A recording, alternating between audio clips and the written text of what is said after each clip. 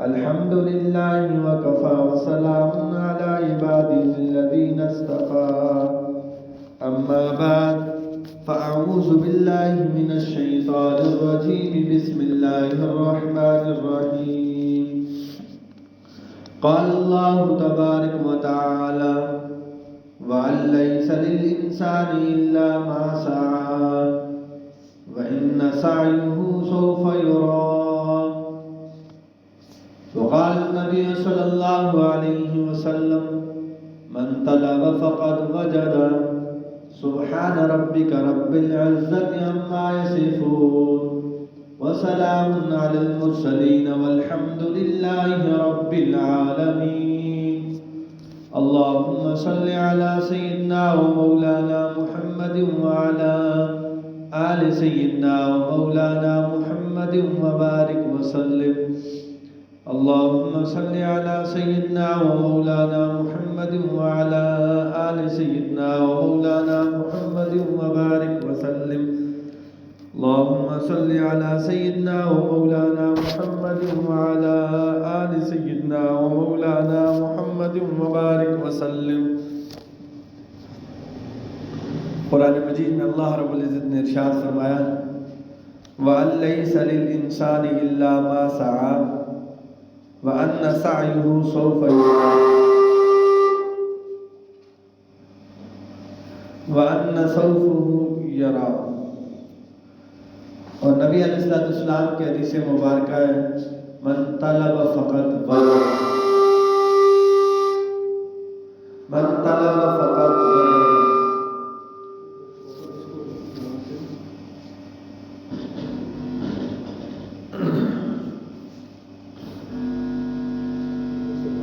انسان کا مقصد زندگی کا یہ ہے، انسان کوئی درخت نہیں ہے کہ کھڑا رہے اور نہ ہی انسان کوئی پتھر ہے کہ پڑا رہے. انسان اشرف المخلوقات ہے اور اس کی زندگی کا مقصد یہ ہے کہ وہ یاد الہی میں اپنی زندگی گزارے، ہر وقت اللہ تعالیٰ کی یاد میں محو رہے، ہر وقت اللہ تعالیٰ کی یاد میں اپنی زندگی کو گزارے. مقصد زندگی یہ ہے کہ اللہ رب العزت کی بندگی کرے. مقصد حیات یہ ہے کہ انسان اللہ تعالیٰ کی یاد میں زندگی گزارے. یہ جتنی بھی کائنات اللہ رب العزت نے بنائی ہے یہ اللہ رب العزت نے انسان کے لیے بنائی ہے. انسان جو ہے اس کو اللہ رب العزت نے قرآن میں فرمایا وَمَا خَلَقْتُ الْجِنَّ وَالْإِنسَ إِلَّا لِيَعْبُدُونَ. میں نے انسان اور جنوں کو اس لیے پیدا کیا کہ یہ اللہ رب العزت کی عبادت کریں، اللہ رب العزت کی اطاعت کریں، وہ اللہ تعالیٰ کی یاد میں زندگی گزاریں، اطاعت میں زندگی گزاریں. ان کی زندگی کا مقصد یہی ہے. یہ جتنی بھی کائنات کے اندر اللہ تعالیٰ نے چیزیں بنائی ہیں ان کے بارے میں کسی شاعر نے کیا خوب کہا ہے نہ تو زمینوں کے لیے ہے نہ آسمانوں کے لیے، جہاں ہے تیرے لیے تو نہیں جہاں کے لیے. آسمان کی یہ جو پہنائیاں ہیں، زمین کی رانائیاں ہیں، سمندر کی گہرائیاں ہیں، فلک کے اندر جتنے بھی چمکتے ستارے ہیں، یہ پہاڑ ہیں، یہ مغزار ہیں، یہ جتنی بھی چیزیں ہیں یہ انسان کے لیے اللہ رب العزت نے پیدا کی ہیں. انسان کو اللہ رب العزت نے اپنی عبادت کے لیے، اپنی اطاعت کے لیے پیدا کیا ہے. سمندر کی گہرائیوں کو دیکھ لیں، فضاؤں میں جو کچھ بھی ہے یہ سب انسان کے لیے ہے، انسان کے لیے ہے. کسی نے شہر میں اس نقشے کو کھینچا ہے کھیتیاں سرسبز ہیں تیری غذا کے واسطے، چاند سورج اور ستارے ہیں ضیاء کے واسطے، بحر و بر شمس و قمر ماہ و شمع کے واسطے واسطے، یہ جہاں تیرے لیے ہے تو خدا کے واسطے، کھیتیاں سرسبز ہیں تیری غذا کے واسطے، چاند سورج اور ستارے ہیں ضیاء کے واسطے، بحر و بر شمس و قمر ماء و شمع کے واسطے، یہ جہاں تیرے لیے ہے تو خدا کے واسطے۔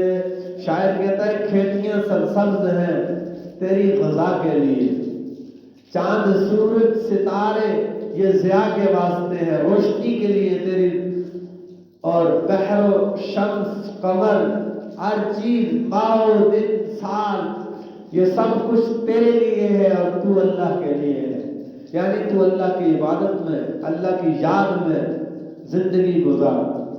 دیکھیں دنیا میں انسان کو اس کے ماں باپ، اس کے اساتذہ بتاتے ہیں بھائی دو راستے ہیں، دو طریقے ہیں، ان کو تم اختیار کرو گے ان میں سے ایک کو تو کامیاب ہو جاؤ گے۔ ایک طریقہ یہ ہے کہ تم محنت کرو، مشقت برداشت کرو، تکلیفیں برداشت کرو۔ ایک راستہ یہ ہے کہ تم کچھ بھی نہ کرو۔ تو جس راستے میں محنت اور مشقت کی جاتی ہے انسان کامیاب ہو جاتا ہے، انسان کے کامیابیاں قدم چومتی ہیں، اور جو آدمی کچھ نہیں کرتا ناکامیاں اس کے قدم چومتی ہیں۔ اسی طرح زندگی کے بھی دو راستے ہیں، ایک انسانی زندگی کے دو طرح کی ہے، ایک زندگی یہ ہے کہ انسان من مرضی زندگی گزارے، من چاہی زندگی گزارے، اور دوسرا طریقہ یہ ہے کہ انسان رب چاہی، رب کی مان کر رب کے طریقوں حکموں کے مطابق گزارے۔ اپنی مرضی کی زندگی، اس میں ناکامیاں ہی ناکامیاں ہیں۔ انسان اپنی مرضی کی زندگی گزارے گا تو کامیابیاں اس کو بہت کم ملے گی، ناکامیاں اس کو بہت زیادہ ملیں گی۔ لیکن اگر انسان اللہ کی مان کر چلے گا، رب چاہی زندگی گزارے گا، تو انسان کو کامیابیاں ہی کامیابیاں ملیں گی۔ لیکن انسان کو اللہ رب العزت نے آنکھیں دی ہیں، انسان کو اللہ رب العزت نے سننے کے لیے کان دی ہیں، انسان کو اللہ رب العزت نے بولنے کے لیے زبان دی ہے، سننے کے لیے ناک دیا ہے، اسی طرح دیکھنے کے لیے آنکھیں دی ہیں، سوچنے سمجھنے کے لیے دماغ دیا ہے، پکڑنے کے لیے ہاتھ دیے ہیں، اور چلنے کے لیے پاؤں دیے ہیں، ہر چیز دی ہے۔ لیکن انسان کی جو نظر ہے یہ ناقص ہے، ایک لمٹ ہے، ایک حد ہے، انسان وہاں تک دیکھتا، اس کے بعد انسان کا دیکھنا محال ہو جاتا ہے، انسان دیکھ نہیں سکتا۔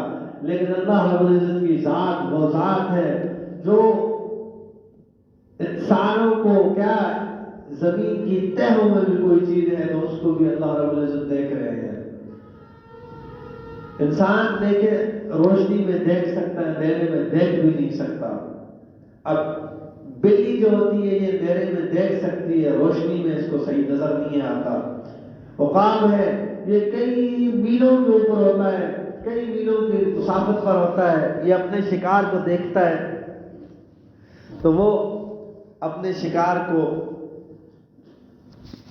پکڑنے کی کوشش کرتا ہے۔ اس طرح انسان کے دل اور پورے وجود کے اندر کئی طرح کے جراثیم اللہ رب العزت نے ذرات پیدا کی ہیں، وہ اپنی اپنی جگہ پہ پوری ایک کائنات ہے، جہاں ہے۔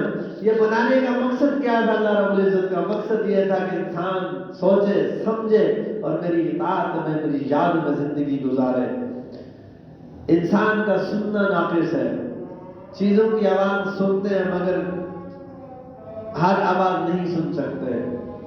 اب دیکھیں کتنی آوازیں ایسی ہوتی ہیں جن کو ہم محسوس کر ہی نہیں سکتے۔ زلزلہ آنے والا ہوتا ہے، زلزلے کو جانور اور کیڑے مکوڑے محسوس کر لیتے ہیں۔ یہ جو سائنسدان ہیں انہوں نے کئی کتے اور کئی بلیاں رکھی ہوئی ہیں اور کئی ایسی چیزیں رکھی ہوئی ہیں کہ جو محسوس کر لیتی ہیں کہ زلزلہ آنے والا ہے، زمین پر کوئی ایسی آفت آنے والی ہے، وہ پہلے ہی محسوس کر لیتی ہیں۔ اب دیکھیں انسان کا سننا اور دیکھنا ناقص ہے یا نہیں ہے۔ یہاں سے پتہ لگتا ہے کہ انسان ناقص ہے، انسان کو چاہیے اپنے رب کی مان کر چلے۔ انسان کی زندگی گزارنے کے دو راستے میں نے بتایا تھا۔ ایک راستہ یہ کہ تجربات مشاہدات پر زندگی گزارے، کہ انسان تجربے کرے، طرح طرح کے تجربے کرتا رہے، اور پھر تجربوں کے بعد مشاہدات کے بعد جا کر جو ہے انسان اپنے کامیابی تک پہنچے گا۔ ایک راستہ یہ ہے کہ انسان خالق کے مالک کے احکام کے مطابق زندگی گزارے۔ اب دیکھیں مشاہدات میں بھی زندگی گزارے گا، تجربات میں بھی زندگی گزارے گا۔ بعض دفعہ سے انسان تجربہ کرتا ہے، مشاہدہ کرتا ہے، ناکام ہو جاتا ہے۔ آپ دنیا میں دیکھ لیں کہ انسان کوئی کاروبار کرتا ہے، کاروبار میں پیسہ لگاتا ہے، بعد دفعہ سارا پیسہ ڈوب جاتا ہے، اور بعد دفعہ اس پیسے کے بدلے میں دگنا چگنا فائدہ ہو جاتا ہے۔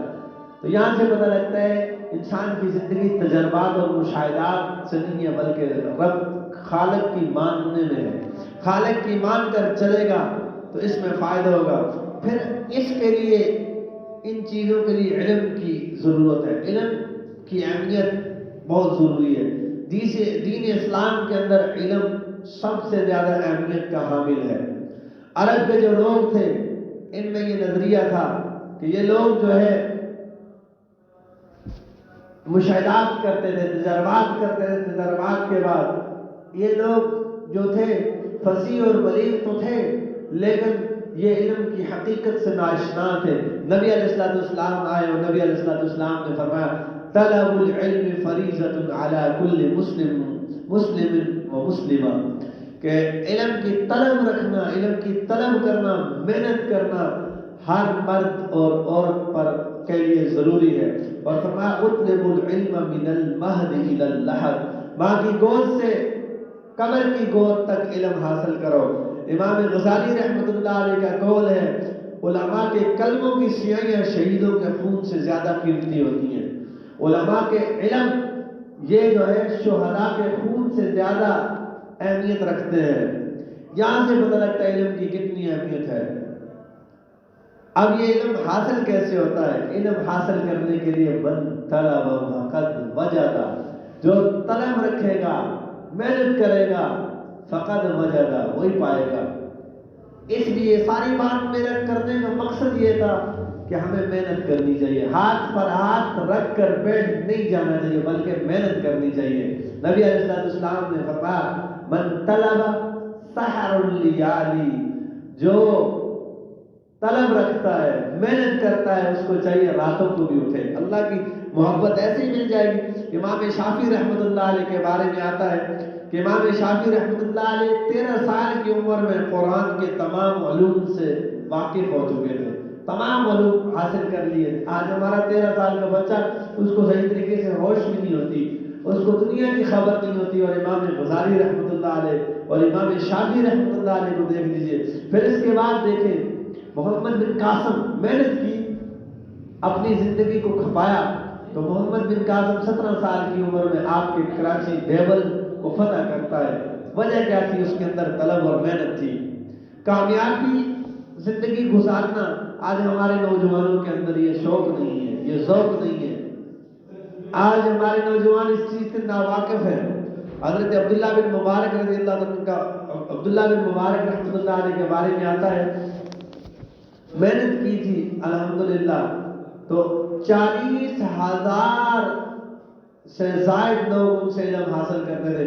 اور ایک روایت کے اندر آتا ہے جب ان کے جو شاگرد تھے ان کے بارے میں ان کو گنا گیا تو 40,000 دواب گننے میں شمار میں آئی۔ اب آپ اندازہ لگائیں کتنی محنتیں حضرت عبداللہ بن مبارک نے کی ہوگی۔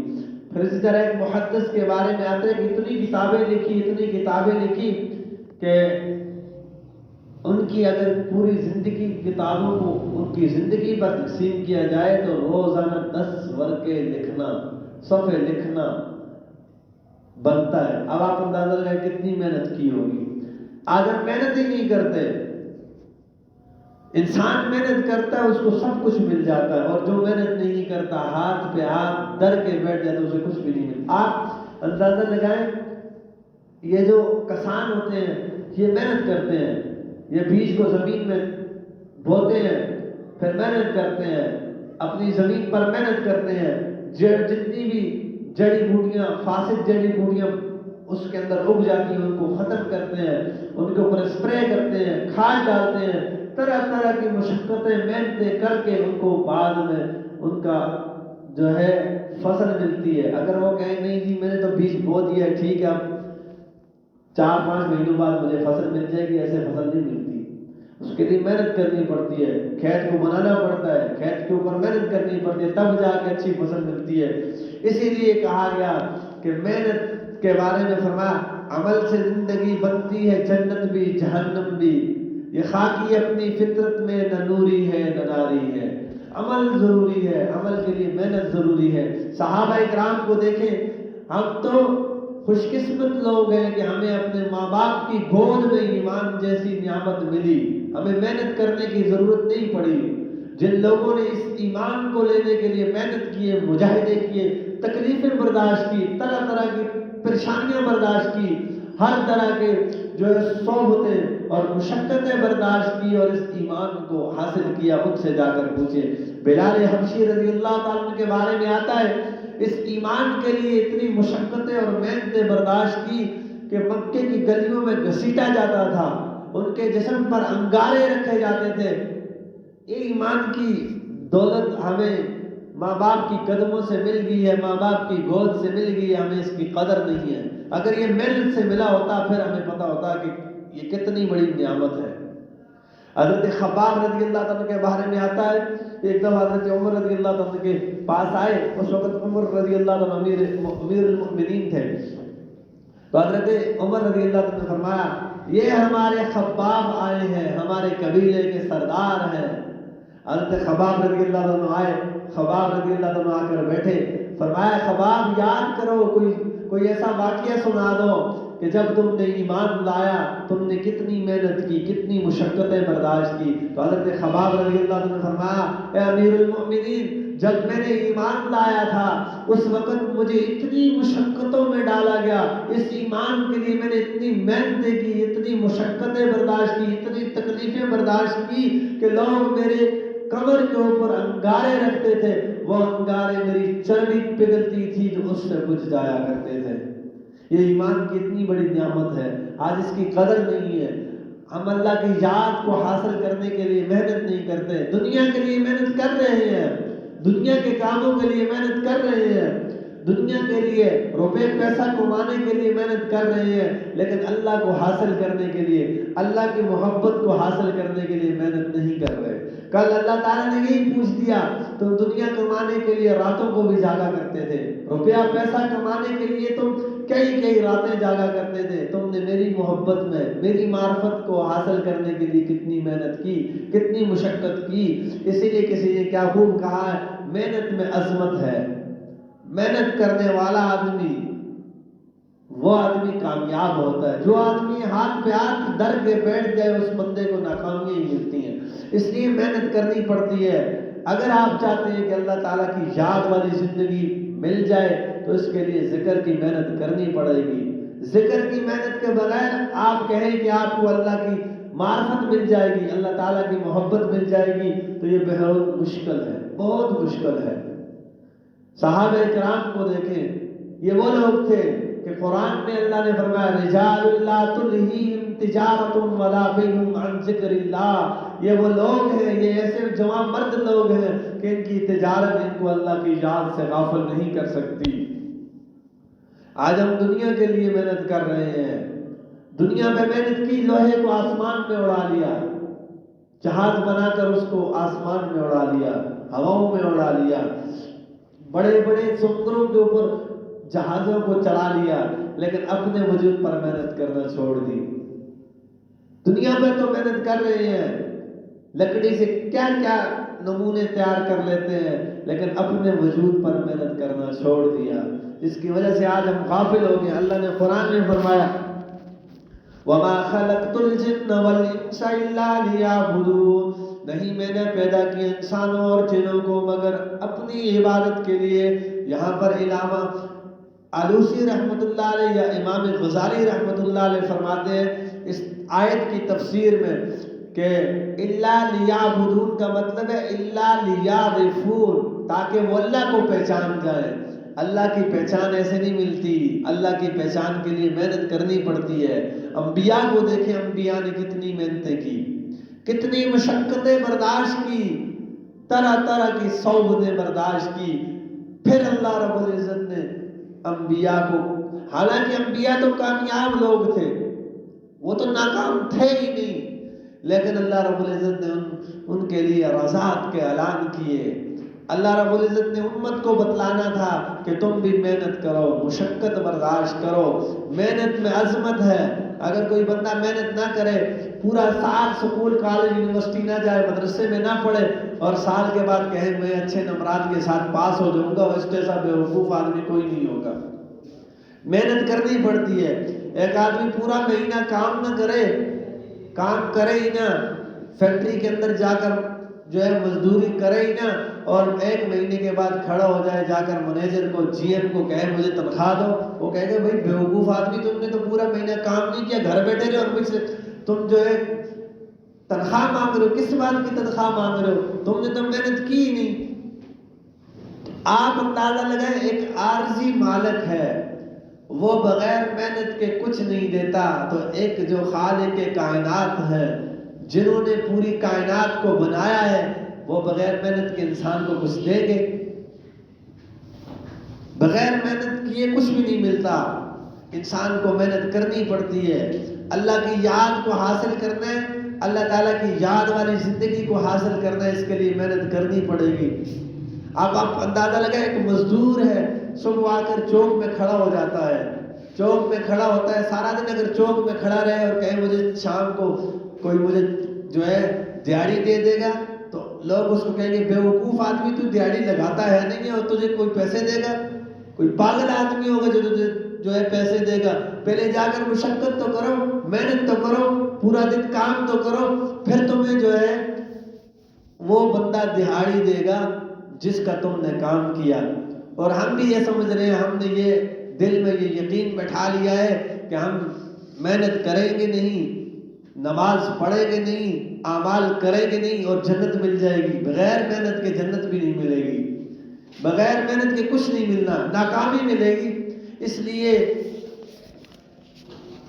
عمل کرنا پڑے گا۔ علامہ اقبال نے کیا خوب شعر کہا، عمل سے زندگی بنتی ہے جنت بھی جہنم بھی، یہ خاکی اپنی فطرت پہ نہ نوری ہے نہ ناری ہے۔ انسان کو محنت کرنی پڑتی ہے، انسان کو چاہیے اپنے جسم کو محنت کا عادی بنائے، نکما نہ بنے۔ آج ہمارے نوجوانوں کے اندر سب سے مین چیز یہ محنت نہیں کرتے، بس خواب دیکھتے ہیں، شیخ چلی والے خواب دیکھتے ہیں، ہم یہ بن جائیں گے، ہم وہ بن جائیں گے۔ بھائی محنت بھی کرنی پڑتی ہے کچھ کرنے کے لیے۔ ویسے آج کے زمانے میں تقریریں کرنا بڑا آسان ہے، باتیں کرنا بڑا آسان ہے، لیکن کر کے دکھانا بڑا مشکل ہے۔ ایک آدمی کہتا تھا پچھلے چند سال پہلے، میں مدینہ کی ریاست بناؤں گا، میں یہ کر دوں گا وہ کر دوں گا۔ جب اللہ نے توفیق دی، اللہ نے مدینہ کی ریاست بنانے کے لیے حکمران بنایا، کر کچھ بھی نہ سکا، چوریاں ہی کی۔ پھر تو ایسے نہیں ہوتی محنت، تقریروں سے محنت نہیں ہوتی۔ عوام تقریریں نہیں کھاتی، عوام کچھ کھاتی ہے، اس کے پیٹ کچھ پڑے گا تو کچھ جو ہے وہ بھی تمہاری تعریف کرے گی۔ خام خواہ ہمارے جتنے بھی سیاستدان ہیں، ہم نے دیکھا کہ یہ جب ووٹ قریب آتے ہیں بڑی تقریریں بھی کریں گے، بڑے لوگوں کو خواب دکھائیں گے، جب ووٹ لی اس کے بعد پوچھتے بھی نہیں ہیں تمہاری گلیاں بھی پکی ہیں۔ ہم ایسے حیران ہو چکے ہیں، ہم ایسے بیوقوف لوگ ہیں کہ جو لوگ ہمیں صرف سبز باغ دکھاتے ہیں ہم ان کے پیچھے چل جاتے ہیں، حالانکہ ہمیں خود محنت کرنی چاہیے۔ ہمیں ایسے لوگوں کے ہاتھ مضبوط کرنے چاہیے، دیکھنا چاہیے کہ یہ لوگ آیا اس قابل بھی ہیں جن کو ہم ووٹ دے رہے ہیں، ہم ان کے ہاتھ مضبوط کر رہے ہیں، اس قابل بھی ہیں کہ ان کو ہم ووٹ دے رہے ہیں۔ لیکن افسوس یہ ہے کہ ہم ذرا بھی جو ہے اس طرف رجوع ہی نہیں کرتے۔ تو میں بات کر رہا تھا، محنت کرنی پڑتی ہے، اسی لیے نبی علیہ السلام کی حدیث ہے من طلب فقد وجد، جس نے طلب دکھائی، جس نے محنت کی، اس نے پا لیا. اور پھر فرمایا ایک اور جگہ من طلب سحر اللیالی، جو طلب رکھتا ہے، جو محنت کرتا ہے، وہ راتوں کو اٹھتا ہے، اللہ سے مانگتا ہے. اللہ کی محبت بن مانگے نہیں ملتی.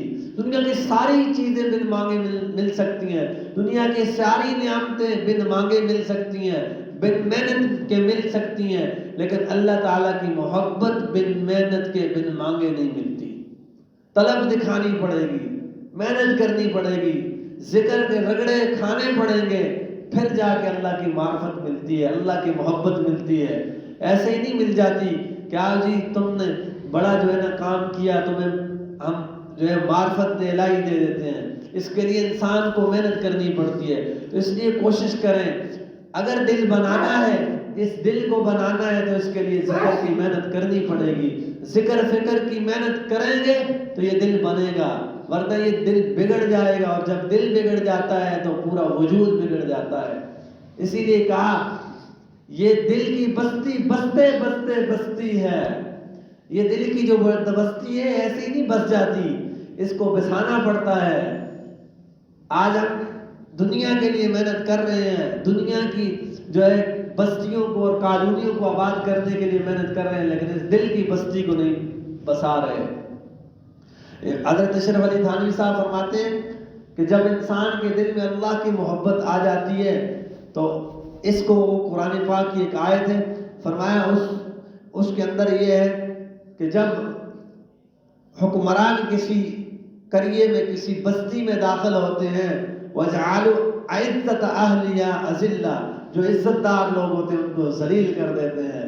فرمایا جب دل کی بستی میں اللہ کی محبت داخل ہو جاتی ہے، اللہ کی معرفت داخل ہو جاتی ہے، تو جو ذلیل حقیر قسم کی دنیا کی محبتیں ہوتی ہیں اللہ نکال دیتے ہیں. اس دل میں اللہ کی محبت آ جائے گی، پھر غیر کی محبت کبھی بھی نہیں آئے گی. اس لیے یہ بھی ایک کام ہے. ہماری بڑی بہن ہمیں اکثر کہا کرتی تھی، اکثر کہتی، اب بھی کہتی ہوتی، تم لوگ کرو گے کیا؟ اس فقیر نے ایک ہی جواب دینا ہوتا ان کو کہ ہم اللہ اللہ کرتے ہیں، اللہ اللہ کریں گے، اللہ اللہ سکھائیں گے. وہ کہتی ہے یہ بھی کوئی کام ہے؟ میں نے کہا دنیا کا کام کرنا یہ کام نظر آتا ہے، لیکن اللہ اللہ کرنا، اللہ اللہ سکھانا کوئی کام نہیں ہے. ایک طوطے کو باتیں سکھا لینا یہ کام ہے، لیکن ایک دل کو اللہ اللہ کی ضربیں سکھا لینا یہ کام نہیں ہے. اللہ کی محبت کسی کے دل میں پیدا کر دینا یہ کام نہیں ہے. یہ بھی ایک محنت ہے، یہ بھی ایک مجاہدے کا کام ہے. ہمارے مشائخ کرتے ہیں، خانقاہوں میں بیٹھ کر اپنے مریدین کے اوپر محنت کرتے ہیں. ہمارے حضرت خواجہ غلام حبیب صاحب رحمۃ اللہ علیہ، مرشد عالم رحمۃ اللہ علیہ فرمایا کرتے تھے مرید صرف 10% محنت کرتا ہے. 10% محنت کیا ہے؟ اپنے دل کے پیالے کو سیدھا رکھے. شیخ 90% محنت کرتا ہے، توجہ دیتا ہے، راتوں کو اٹھ کے دعائیں کرتا ہے، راتوں کو اٹھ کے اللہ سے مانگتا ہے، اور پھر انسان کے دل کی دنیا بدل جاتی ہے. یہ کسی کی دعائیں ہوتی ہیں، کسی کی رات کی آہیں ہوتی ہیں کہ انسان کی زندگی بدل جاتی ہے. انسان کا اپنا کمال نہیں ہوتا. شعر بھی ہے نا، کسی شاعر نے کیا خوب کہا ہے، میں ڈوبتا ہوں سمندر اچھال دیتا ہے، نہ جانے دور بیٹھا کون دعاؤں میں یاد کرتا ہے. یہ کسی کی محنت ہوتی ہے پیچھے. اسی لیے ہمارے حضرت مرشد عالم رحمۃ اللہ علیہ فرماتے، ایک دفعہ کسی نے کہا حضرت یہ دل بنانا بھی بڑی مشقت کا کام ہے. حضرت نے فرمایا دیکھو چنچی رکشہ ہوتا ہے، چنچی رکشے میں لوگ بیٹھتے ہیں، تو اب چنچی رکشے جب چلتا ہے تو اس کا دھواں نکلتا ہے، لوگوں کو کچھ نہیں تکلیف نہیں ہوتی، لوگ بیٹھ جاتے ہیں، سواری بیٹھ جاتی ہے، لیکن چنچی رکشے کا جو ہے دھواں نکلتا ہے، زور لگتا ہے. اسی طرح اللہ والوں کے ساتھ لوگ بیٹھ ہوتے ہیں، تعلق جوڑتے ہیں، ان کا کچھ بھی نہیں جاتا، لیکن اللہ والے ان کو راتوں کو توجہ دیتے ہیں، رات کو یاد کرتے ہیں ان کو اپنی دعاؤں میں، ان کو ہر وقت جہاں بیٹھ کر ذکر میں بیٹھتے ہیں ان کو توجہ دیتے ہیں. اور ہمارے مشائخ نے ایک طریقہ بتایا ہے کہ توجہ دیتے ہیں انسان کے ایسی ایک کیفیت ہے، ایسا ایک ذکر بتایا ہوا ہے کہ جب کسی کو اجازت ملتی ہے اس کو بتایا جاتا ہے کہ آپ توجہ دو گے تو یہ نیت کرنا کہ میرا جو لطیفہ خفی ہے، ان جو سامنے بیٹھے ہوئے ہیں ان کے گناہوں کو، ان کی ظلمت کو نکال کر زمین میں دبا رہا ہے. یہ نیت تو توجہ دینی پڑتی ہے. اس توجہ سے انسان کے دل سے گناہ نکلتے ہیں، اس توجہ سے انسان کے دل کی دنیا بدلتی ہے اور انسان نیک بنتا ہے. یہ بھی ایک محنت ہے، یہ بھی ایک مشقت ہے. مشائخ محنت کرتے ہیں اور محنت کر کے اپنے سالکین طریقت کو، ان کو نیکی اور تقوی سکھاتے ہیں. آج ہم یہ سمجھتے ہیں کہ بس یہ جو مشائخ ہوتے ہیں ان کا کام کچھ بھی نہیں ہوتا، لیکن یہ ساری رات بیٹھ کر مریدین کو توجہ دیتے ہیں. ماں رات کو سو جاتی ہے، اس کو بچوں کا خیال نہیں آتا، لیکن جو شیخ ہوتا ہے وہ رات کو سوتا ہے، اس اپنے مریدین کی طرف متوجہ ہو کے سوتا ہے. وہ نیت کر کے سوتے ہیں کہ میرے دل پر اللہ کی رحمت آ رہی ہے، میرے دل پر اللہ کا نور آ رہا ہے، اور یہ میرے سینے سے میرے جتنے بھی متعلقین ہیں بلکہ پوری دنیا کے لوگوں کو، کفار کو بھی مشائخ توجہ دیتے ہیں. یہ محنت کا کام ہے، محنت دیتے ہیں. یہ جو آج ہمارا ایمان بچا ہوا ہے ان اللہ والوں کی وجہ سے بچا ہوا ہے، ورنہ کفار اور عیسائی اور یہودی اور نصرانی یہ لوگ بھی جو ہے توجہ دیتے ہیں اور توجہ دے کے اپنے دین کی طرف لوگوں کو راغب کرتے ہیں. یہ مشائخ، یہ اولیاء اللہ ہوتے ہیں، یہ اپنے جو ہے توجہ میں ہر آدمی کو رکھتے ہیں. اسی لیے حکیم اختر شاہ صاحب رحمۃ اللہ نے فرمایا، جو مجھے ملی ایک گھڑی کسی اہل دل کی صحبت، مجھے جینا آ گیا مرنا آ گیا. یہ جو اللہ والوں کی صحبت ہوتی ہے یہ بڑی تریاق ہوتی ہے، انسان کے دل کی دنیا کو بدل جاتی ہے. آخری واقعہ سنا کر بات کو ختم کرتا ہوں. حضرت مفتی شفیع صاحب رحمۃ اللہ علیہ جب حضرت اشرف علی تھانوی صاحب رحمۃ اللہ علیہ سے بیعت ہوئے، حضرت تھانوی صاحب کو آ کر بتایا، کہنے لگے حضرت یہ جو مولانا روم تھے نا، انہوں نے بھی نا اشعار میں بڑی مبالغہ رائی کی ہے. فرمایا کیا مبالغہ رائی کی ہے؟ فرمایا یہ جو شعر ہے نا، یک زمانہ صحبت با اولیاء بہتر از 100 سالہ طاعت بے ریا. فرمایا حضرت اللہ والوں کی صحبت 1000 سال سے زیادہ بے ریا عبادت سے افضل ہے. فرمایا حضرت تھانوی نے، میں اس شعر کو میں پڑھتا ہوں ذرا سننا. فرمایا یک زمانہ صحبت با اولیاء بہتر از 100 سالہ طاعت بے ریا. حضور نے فرمایا حضرت 1000 سال کی سمجھ نہیں آ رہی، آپ نے 1,00,000 سال کا کہہ دیا. فرمایا دیکھو صحابی بنتا ہے وہ جو اللہ کے نبی کی صحبت پائے، تابعی بنتا ہے تب جب صحابی کی صحبت پائے، اور تابعی تب بنتا ہے جب وہ تابعی کی صحبت پائے. تو اللہ والا بھی تب بنے گا جب اللہ والوں کی صحبت اختیار کرے گا. اللہ کے نیک بندوں کی صحبت اختیار کرے گا تو نیک بنے گا. تو اس لیے کوشش کیا کریں، محنت کریں، اپنے دل پر محنت کریں. اللہ رب العزت سے دعا ہے کہ اللہ تعالی ہمیں اپنے دل کو زندہ کرنے کی توفیق عطا فرمائے اور